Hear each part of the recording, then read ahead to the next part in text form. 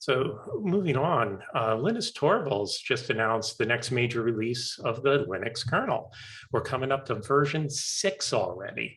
This brings in a lot of new features and a recognition of the advancement that's coming in recent years. So what are you excited about and what's new in Linux 6? Yeah, first of all, I think that it's important to point out that, as Linus would be the first to say, the major version increment of the kernel doesn't actually tell us much of anything. This might have been 5 dot something, but instead it gets to be 6.0. I think that really what we're looking for here is 6.1.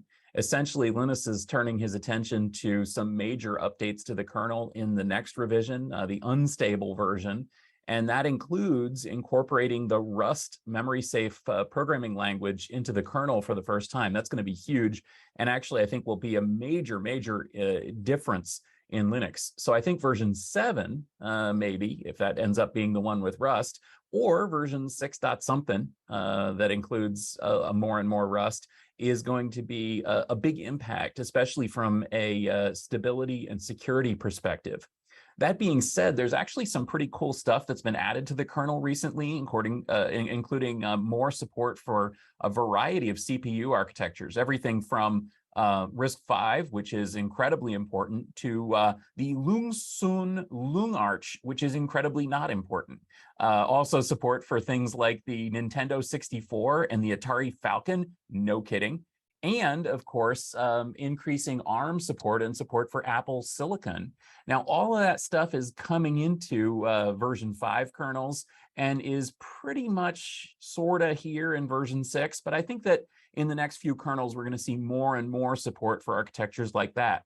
Probably more important, though, is that version 6 includes support for some major new data center chips. We've talked here about Sapphire Rapids, which is Intel's name for their 4th generation Xeon server chips, which are coming real soon now.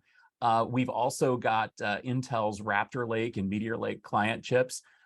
Importantly, AMD's RDNA 3 GPUs and Threadripper and EPYC CPUs are coming in here as well in version 6.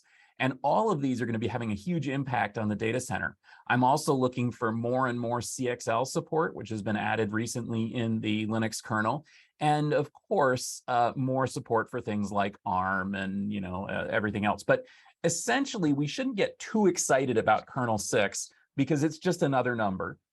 Instead, what we should do is we should reflect on the fact that increasingly Linux is supporting pretty much every major hardware platform out there, and is really the proving ground for new hardware like Sapphire, like Arc, like RDNA 3 and all this.